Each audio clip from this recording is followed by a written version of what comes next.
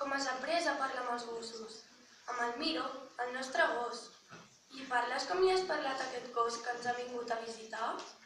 Al Miro li parlo com si fos un amic. L'entens? O només t'ho sembla? Jo l'entenc i ell m'entén.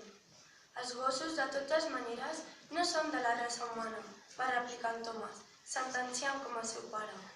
El Miro forma part de la nostra família. El pare i la mare l'entenen fins i tot millor que jo. És estrany. Per què? Em sembla que jo mai no sabré parlar amb els gossos. No t'amoïnis, Thomas. El bosc t'ensenyarà.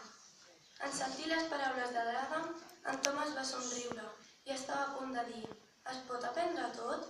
Hi ha gent que aprèn fàcilment les matemàtiques, n'hi ha d'altres que aprenen fàcilment a dibuixar, però no tothom és capaç d'aprendre-ho tot. Però va callar.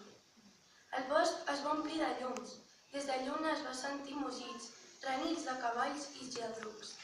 Aquests sons van fer recordar a l'Adam les llargues excursions amb els seus pares al bosc dels Carpats, les casetes de fusta, els prats verds de gespa calpesat de vaques, d'ovelles i de cavalls. Al migdia entraven en alguna fonda i demanaven pastís de blat de moro amb cireres i per postres una copa de gelat. Aquella nit